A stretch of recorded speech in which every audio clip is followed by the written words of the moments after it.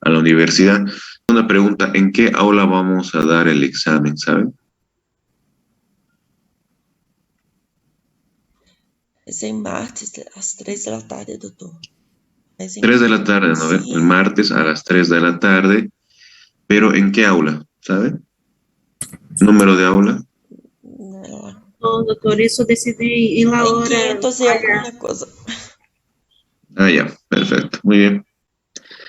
Entonces, bueno, como va a ser, como ahora el examen es presencial, van a ser 30 preguntas de examen, en los cuales van a haber casos clínicos y van a haber preguntas de selección.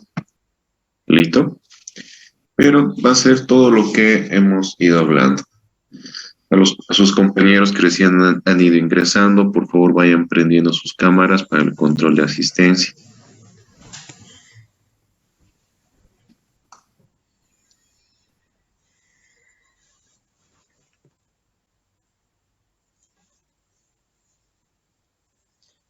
Bien, vamos a comenzar la clase.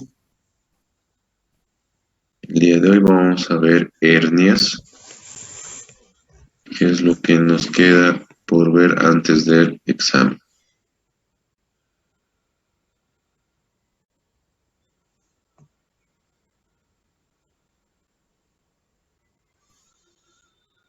Ya.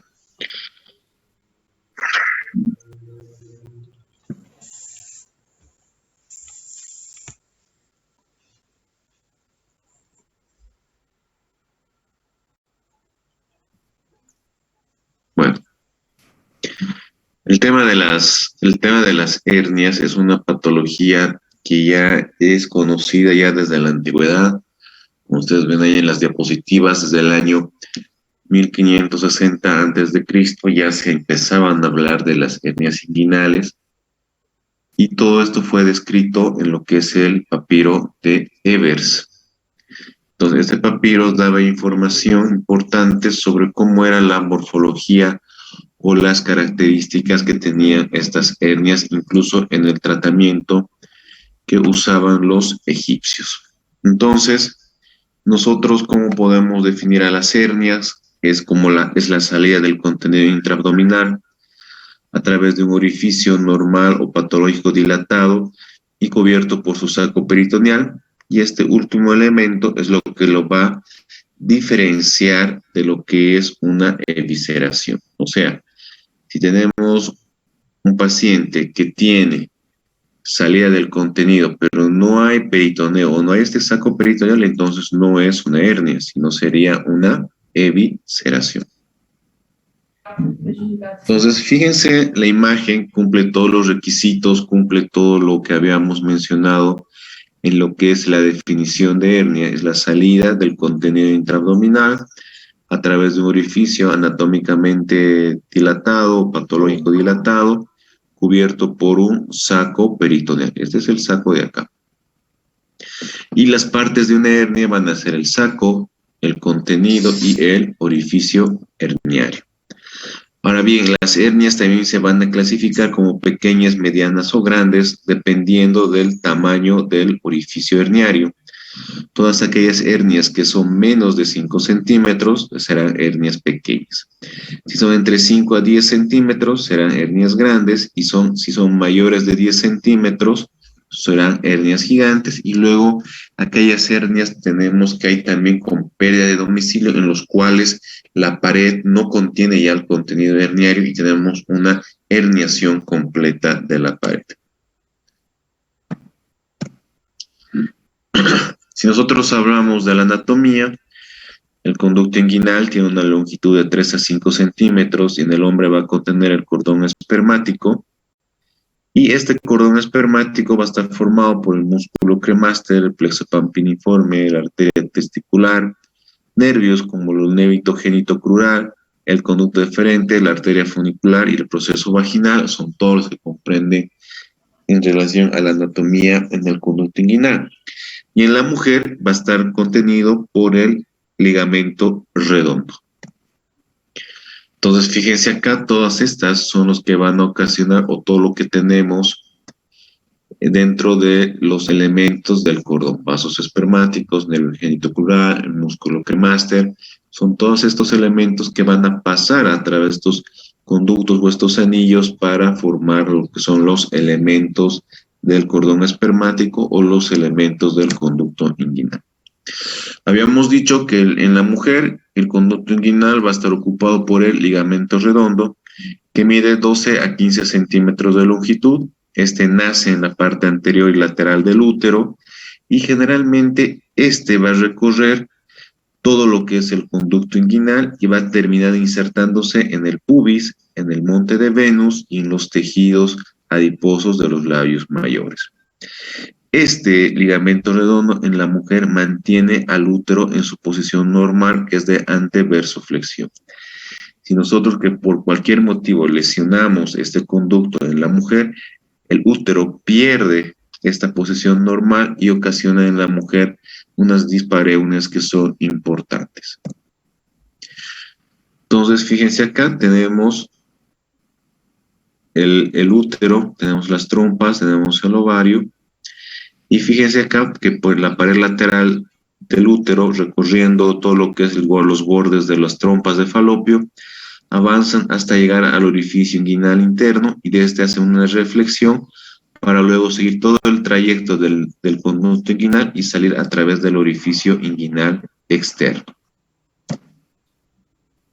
¿Cuál va a ser la formación del conducto inguinal? El conducto inguinal va a estar formado por dos paredes anterior y una posterior, dos orificios, uno interno y otro externo, y dos bordes superior e inferior. Ahora bien, ¿qué es lo que va a formar toda la pared anterior? Es lo que habíamos visto en la clase de anatomía, ¿se acuerdan? La piel, el tejido celular subcutáneo, la fascia de Camper, fascia de Scarpa y la saponeurosis del músculo oblicuo mayor. Y esta pared anterior va a estar recubierta por la fascia de Gallaudet o la fascia innominal. En cambio, la pared posterior va a estar dada por la fascia transversalis y este va a estar reforzado por ligamentos de Hesselbach, Henle y el tendón conjunto.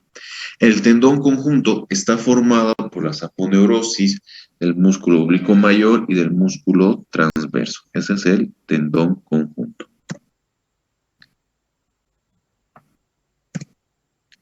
El anillo inguinal interno está formado por una hendidura en la concavidad lateral de la pared abdominal y este anillo inguinal, está reforzada simplemente por la fascia transversalis y los ligamentos de Hesselbach.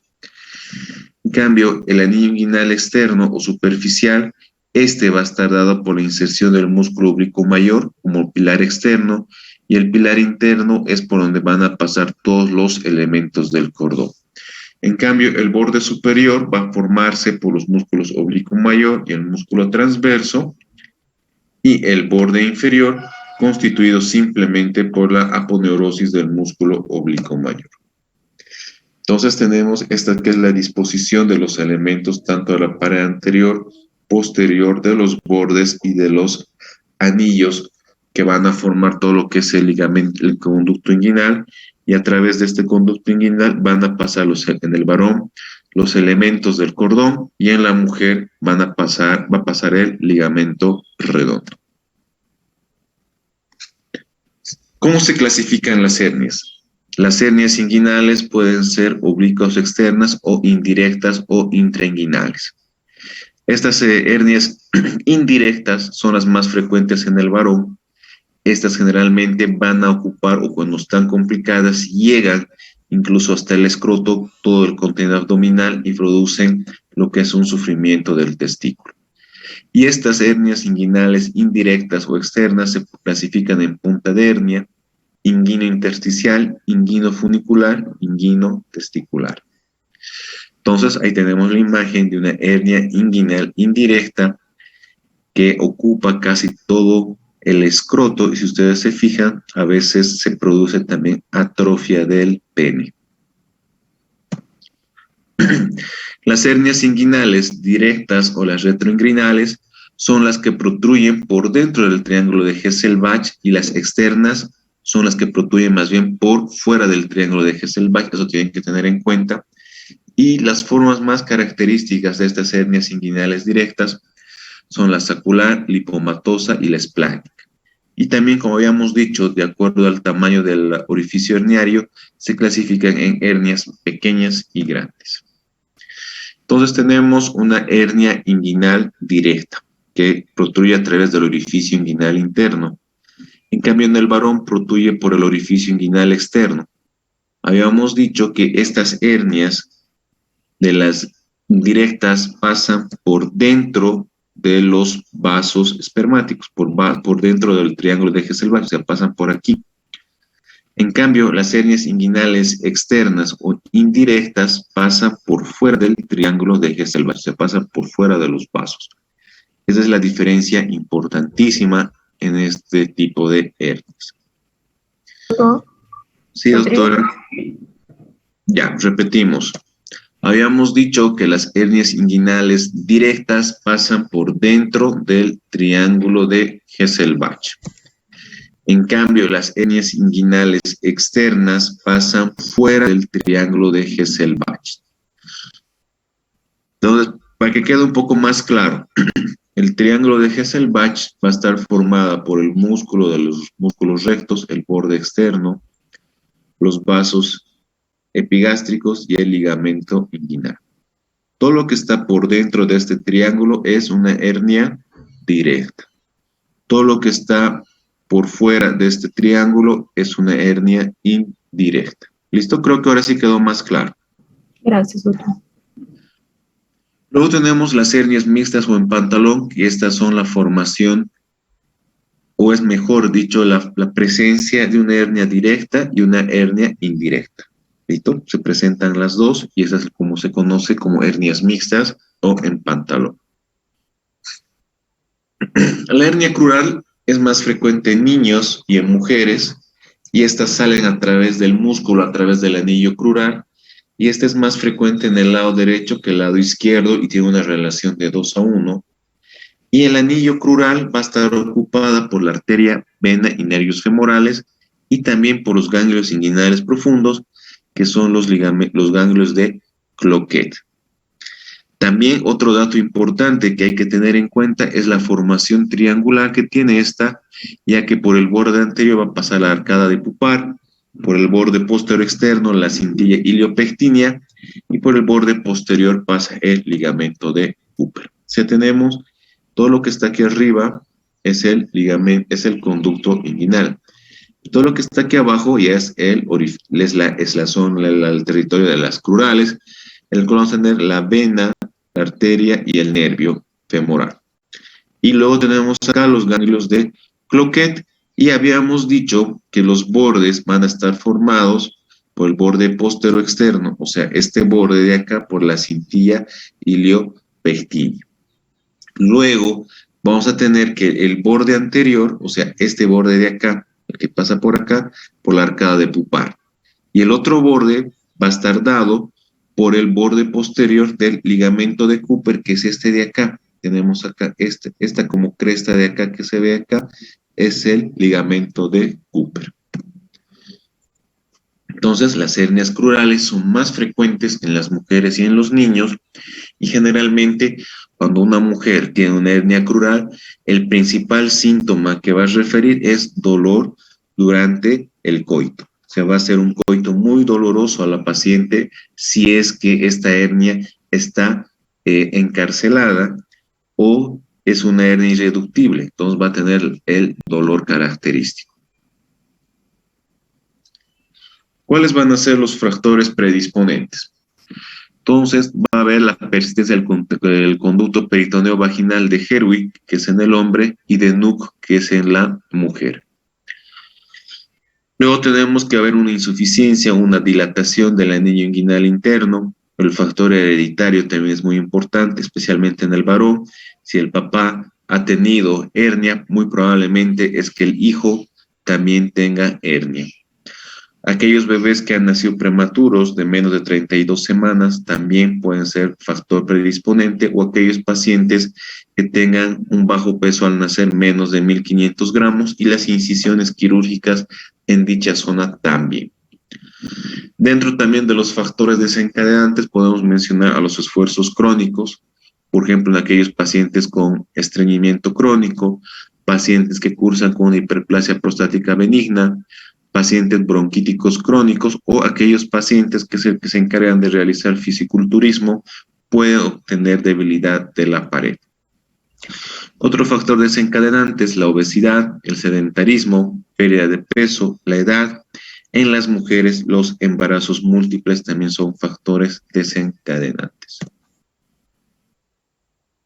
También el tabaquismo, un autor, Reed, descubrió que los compuestos que forma el tabaco, como la proteasa y las tasas libres, pueden producir degradación de la elastina y del colágeno mediante la formación del sistema de proteasas y antiproteasas y por lo tanto dañar el colágeno a nivel de la vaina del recto y por ende de la fascia transversalis. Todo esto va a hacer que haya un debilitamiento de los tejidos, predisponiendo a las hernias y al enfisema pulmonar en los fumadores. Cuadro clínico: en las hernias no complicadas o simples va a haber molestias o dolor ocasional, salida del contenido herniario o de la masa herniaria, y generalmente estas hernias se reducen fácilmente. Ahora bien, aquí hay que hablar de conceptos. Hay las hernias reductibles y las hernias irreductibles. Las hernias reductibles son aquellas en las que el contenido del saco se puede devolver a la cavidad abdominal. Las hernias irreductibles son aquellas que no pueden devolverse a la cavidad abdominal y estas pueden ser encarceladas. Son aquellas que no se pueden devolver, pero no tienen compromiso vascular. En cambio, las estranguladas sí tienen compromiso vascular. Entonces, hablamos de hernias reductibles y las irreductibles. Las irreductibles se clasifican en encarceladas y estranguladas. En las hernias complicadas, el dolor es permanente, hay una masa inguinal que no se reduce, hay aumento de la consistencia, cambios de la coloración y si está metido el intestino va a haber signos de obstrucción intestinal. ¿Cuáles van a ser los diagnósticos diferenciales? El hidrocele, quiste de cordón, quiste del conducto de Nuc, lipomas, fascitis, quistes de las glándulas de Bartolino, varices, adenopatías, abscesos del psoas, testículos ectópicos, linfomas, metástasis, quistes sebáceos. Como ustedes ven, hay muchas patologías que pueden simular una hernia inguinal. Es por eso que el médico que está revisando al paciente tiene que ser muy cuidadoso en el examen físico. Tratamiento. El tratamiento siempre en las hernias es quirúrgico. No hay tratamiento médico. Entonces vamos a tener diferentes técnicas quirúrgicas. Por ejemplo, las técnicas con prótesis o en posición intermuscular, como la técnica de Lichtenstein. Lichtenstein, ¿qué hace? Cierre del orificio herniario interno, ¿listo? Cierra el orificio y lleva y sutura el tendón conjunto al ligamento inguinal. Lichtenstein. A esta técnica se le agrega la malla, que es lo ideal en los pacientes con hernia. La otra técnica, McVeigh, solamente lleva el tendón conjunto al ligamento de Cooper y cierra la malla y cierra el orificio herniario y también coloca una hernia, como es una malla. Dentro de las técnicas con prótesis en posición intermuscular, la más frecuente es la de Lichtenstein. Luego tenemos la de Gilbert, Roucault, Hermano Trabuco y las hernioplastías combinadas, que no han dado muchos resultados favorables, pero Lichtenstein ha dado bastantes resultados. Técnicas con prótesis en posición preperitoneal, tenemos Robert Moran, Jan Reeves, Robert Ben David, Raymond Sirit, y la de un cirujano boliviano que ya está descrita la técnica, que es la técnica del doctor Alberto, que esta técnica es muy, ¿cómo les puedo decir? Es muy interesante la que hace este doctor, este cirujano boliviano. Modifica la técnica de Lichtenstein. O sea, ¿qué es lo que hace? Cierra el orificio primario con una jareta a nivel del saco herniario, realiza la separación tanto de la pared anterior del conducto inguinal y lleva esa pared inguinal hacia el tendón conjunto, cosa que Lichtenstein hacía hacia el ligamento inguinal. Pero el doctor Alberto lleva la pared anterior, el tendón conjunto, lo lleva al ligamento de Cooper y realiza a la vez una calibración del conducto inguinal. Entonces, toda esta técnica dice en los resultados que presenta el doctor en la Academia de Cirugía que lo presentaron, dice que con esta técnica se soluciona tanto una hernia inguinal como una hernia crural o puedes reforzar ambas paredes con esta técnica. Los casos de recidiva que ha tenido la técnica de acá del doctor Alberto llegan casi a 0% casi de recidiva ya en 20 años de lo que va vigente esta técnica. O sea que esta es una técnica bastante buena y no solamente la están aplicando acá en Bolivia, sino se han descrito casos que también están en España y en Estados Unidos aplicando esta técnica. O sea, es una muy buena técnica para la solución de las hernias. Las técnicas mixtas tenemos en cola de flecha o con duplicación del canal inguinal. Acá solamente se coloca como tampones de malla a nivel de los orificios herniarios, pero no refuerzan la pared. Lo que habíamos visto, McVeigh lleva el tendón conjunto al ligamento de Cooper y hace el refuerzo de la pared con la malla de polipropileno. Entonces, McVeigh, tendón conjunto al ligamento de Cooper. Lichtenstein, tendón conjunto al ligamento inguinal y luego realiza la rafia del ligamento inguinal al tendón conjunto. Lo que hace la técnica de este doctor boliviano es esta misma técnica de Lichtenstein, esta misma pared del tendón conjunto no lo sutura al ligamento inguinal, sino que todo esto lo lleva directamente al tendón conjunto y produce una calibración. Si ustedes se fijan, Lichtenstein no calibra en ningún momento los elementos del cordón o del ligamento redondo. Acá el doctor realiza la calibración y realiza la técnica de MacGregor. La técnica de MacGregor en esto es simplemente la calibración de los elementos del cordón o del ligamento redondo. ¿Listo? Técnica de Schuldeis. Schuldeis realiza el cierre por planos del músculo transverso, la aponeurosis, los músculos oblicuos. Realiza un cierre de todas las paredes del conducto inguinal en la pared anterior y lo refuerza con una malla. Esta es una técnica canadiense que también tiene buenos resultados, pero se está dejando en desuso. Y luego tenemos las técnicas laparoscópicas, que estas todavía no es el boom o no es el gol estándar, como se dice, en el tratamiento de las hernias por las complicaciones que tiene. Acá los cirujanos están muy divididos. Hay un grupo que prefiere hacerlos por vía abierta, otros cirujanos que prefieren hacerlo por vía laparoscópica, pero todavía no es el boom la laparoscopía en el manejo de las hernias. Complicaciones. En el preoperatorio podemos tener errores en el diagnóstico, como habíamos visto en los diagnósticos diferenciales, hay múltiples patologías que hay que descartar, o también una maniobra de taxis mal realizada, que al reducir los elementos del saco herniario podemos lastimar o podemos producir una perforación del intestino.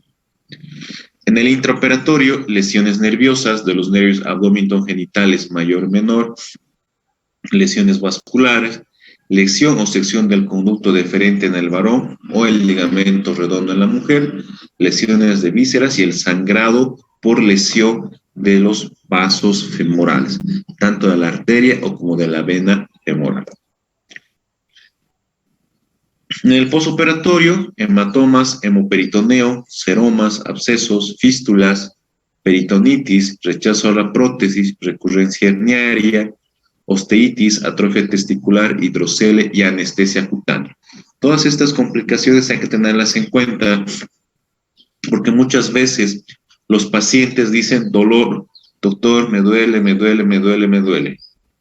Y a veces el dolor hay que hacer bloqueos a nivel de los nervios porque a veces nosotros no vemos que hay pequeños ramilletes de los nervios que nosotros lo podemos agarrar durante la sutura y podemos provocar dolor en el paciente.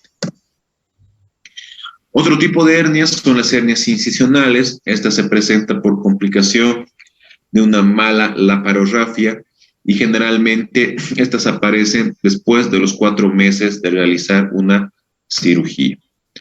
Siempre las incisiones verticales son las más complicadas a predisponer hernias incisionales que las demás hernias, y estas hernias también pueden ser intraparietales o intersticiales y producen edema y hipersensibilidad en la zona afectada.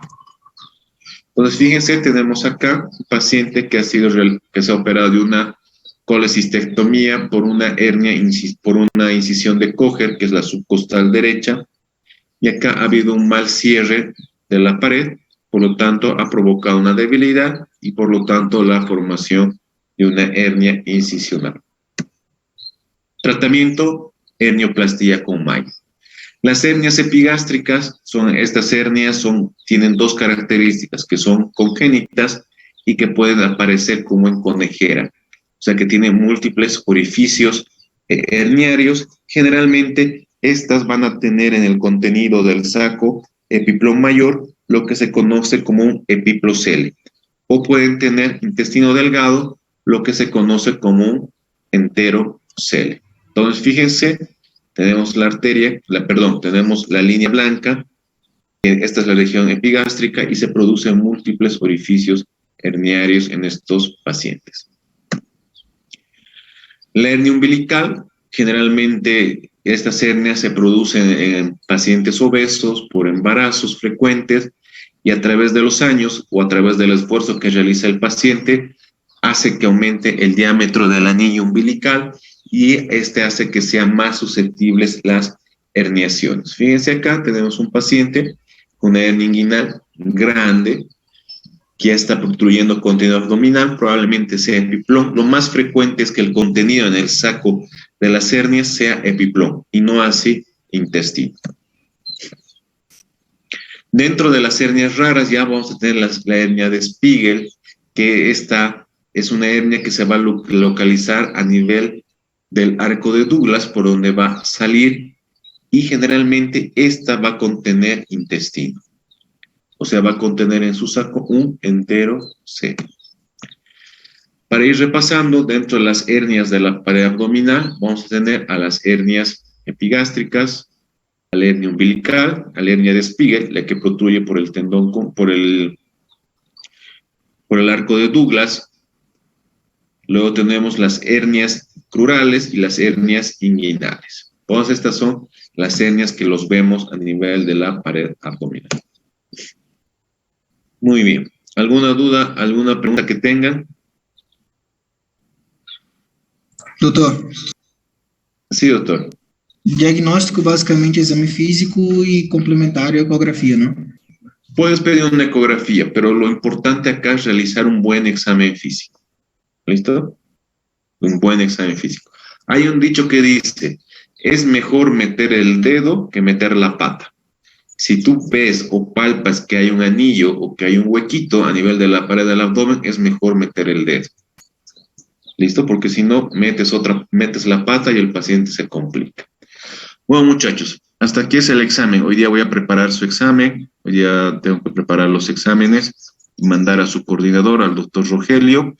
Y nos vemos el día martes en la universidad para el examen. ¿Listo? Repasen. Es todo lo que hemos hablado en clase, todo lo que se ha hablado en clase y de las diapositivas que ya les mandé. ¿Listo? Doutor, Sí, doctor. vão ser cerradas? Sí, les dije que van a ser casos clínicos y preguntas de selección. Ah, sim. Vai ter, entonces, caso clínico. Va a tener caso clínico. ¿Listo? Listo, muchachos. Que tengan buen fin de semana. Descansen. Chao, doctor. Chao, doctor. Gracias. Chao, chao.